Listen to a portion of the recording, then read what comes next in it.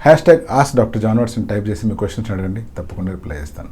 ఎన్ కిరణ్ కుమార్, ఒక వ్యక్తికి high grade baldness అని ఎప్పుడు అంటాము అంటే, ఎవరికైతే తల మీద ఈ సైడ్స్ మాత్రమే మిగిలిపోయి ఉంటాయి అండ్ వెనకాల కూడా 3 ఫింగర్స్ లేదా అంతకంటే తక్కువ హెయిర్ మిగిలి ఉంది అనుకోండి, ఇటువంటి వాళ్ళని హై గ్రేడ్ బాల్డ్నెస్ అంటాం. ఫస్ట్ పాయింట్ మనం ఆలోచించాల్సింది ఏంటి అంటే, వీళ్ళు కోరుకుంటున్నది ఏంటి అంటే, వీళ్లకు తలంతా జుట్టు కావాలి అన్న కోరిక ఉందా, లేదు తల జుట్టు ఉన్నట్లుగా కనిపిస్తే చాలు అనుకుంటున్నారా, లేదు తల మీద పల్చగా అలా జుట్టు ఉన్నా న్యాచురల్గా కావాలి అనుకుంటున్నారా, లేదా వాళ్ళు బట్టతల గురించి ఏమాత్రం ఫీల్ అవ్వట్లేదు, ఉండే జుట్టు పోకుండా ఉంటే చాలు అనుకుంటున్నారా అని. ఒకవేళ వీళ్ళకి బట్టతల ఉన్నా కూడా వాళ్ళ లైఫ్ మీద ఎటువంటి ఇంపాక్ట్ అవ్వట్లేదు, వాళ్ళు ఏమి ఫీల్ అవ్వట్లేదు అంటే, వాళ్లకు ఎటువంటి ట్రాన్స్ప్లాంట్ చేయాల్సిన అవసరం లేదు. అలా అంటారేంటండి? వాళ్ళు గనక ఎగ్జిస్టింగ్ హెయిర్ కాపాడుకోవాలి అనుకుంటున్నారంటే సింపుల్గా బేసిక్ మెడికేషన్ వాడితే చాలు. సపోజ్ వాళ్లే గనక తలంతా జుట్టు ఉన్నట్లుగా అపియరెన్స్ కావాలి అని అనుకుంటున్నారు అంటే, అటువంటి సిచ్యువేషన్లో స్కాల్ప్ మైక్రోపిగ్మెంటేషన్ అనేటువంటిది చాలా బాగా పనిచేస్తుంది. బట్ ఇక్కడ వచ్చిన డ్రాబ్యాక్ ఏంటి అంటే, మీరు రెగ్యులర్గా హెడ్ని షేవ్ చేస్తూ ఉండాల్సి వస్తుంది. ఎందుకంటే స్కాల్ప్ మైక్రోపిగ్మెంటేషన్ అనే టెక్నిక్ ద్వారా మీరు గుండు చేపించుకున్నప్పుడు ఉన్నటువంటి లుక్ని క్రియేట్ చేయగలుగుతాం, బట్ జుట్టు పెరిగినప్పుడు ఉండే లుక్ని క్రియేట్ చేయలేం. అందుకనే మీరు ఎవ్రీ ఆల్టర్నేట్ డేస్ హెయిర్ని పూర్తిగా షేవ్ చేస్తూ ఉండాల్సి వస్తుంది.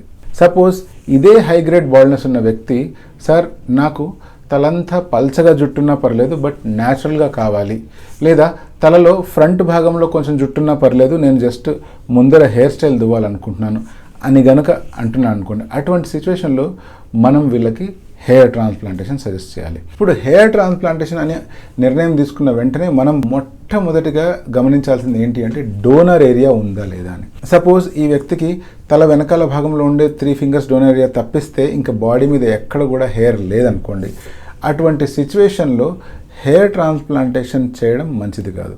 ఒకవేళ చేసినా కూడా ఓన్లీ ఫ్రంట్ భాగంలో మాత్రమే, ఏదో ఫ్రంట్లో హెయిర్ లైన్ లాగా కానీ ముందు నుంచి చూస్తున్నప్పుడు ఓ మంచి లుక్ వచ్చేలాగా క్రియేట్ చేసుకోవచ్చు, బట్ మిగతా వెనకలంతా బాల్డ్నెస్ అలాగే ఉండిపోయే ఛాన్స్ ఉంది. అలా కాకుండా హై గ్రేడ్ బాల్డ్నెస్ ఉన్న వాళ్ళల్లో గడ్డం హెయిర్ బాగా ఉండి, చెస్ట్ హెయిర్ బాగా ఉండి, బ్యాక్ హెయిర్ కానీ బాడీ హెయిర్ కానీ దట్టంగా ఉన్నాయనుకోండి, అటువంటప్పుడు మనం ఈ బాడీ హెయిర్ అన్నిటినీ కన్సిడర్ చేసుకొని వాటిలో ఉండే క్వాలిటీ హెయిర్ని కనుక ప్రాపర్గా ఎక్స్ట్రాక్ట్ చేసుకొని, స్కాల్ప్ వెనకాల హెయిర్ కూడా ప్రాపర్గా ఎక్స్ట్రాక్ట్ చేసుకొని మనం కనుక ట్రాన్స్ప్లాంట్ చేసినట్లయితే అట్లీస్ట్ ఒక డీసెంట్ లుక్ అనేటువంటిది ఇవ్వచ్చు.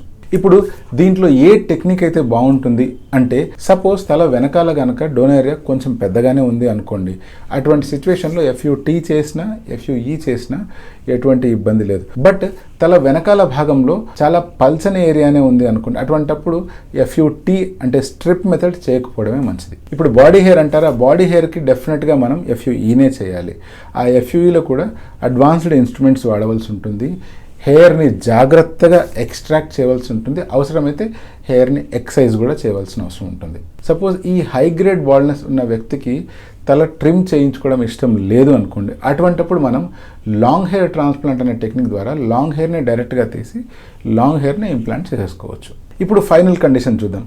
ఇప్పుడు హై గ్రేడ్ బాల్డ్నెస్ ఉన్న వ్యక్తికి తలంతా బాల్డ్గా ఉంది, బట్ ఆయనకి తలంతా ఒత్తుగా జుట్టు కావాలి అనుకుంటున్నాడు. ఇటువంటి సిచ్యువేషన్లో ఆయనకి ఏం సొల్యూషన్ ఇవ్వచ్చు అంటే, ఇటువంటి సిచ్యువేషన్లో పొరపాటును కూడా మెడిసిన్స్ కానీ, స్టెమ్ సెల్స్ కానీ, డర్మా రోలర్ కానీ, హెయిర్ ట్రాన్స్ప్లాంటేషన్స్ కానీ పని చేయవు.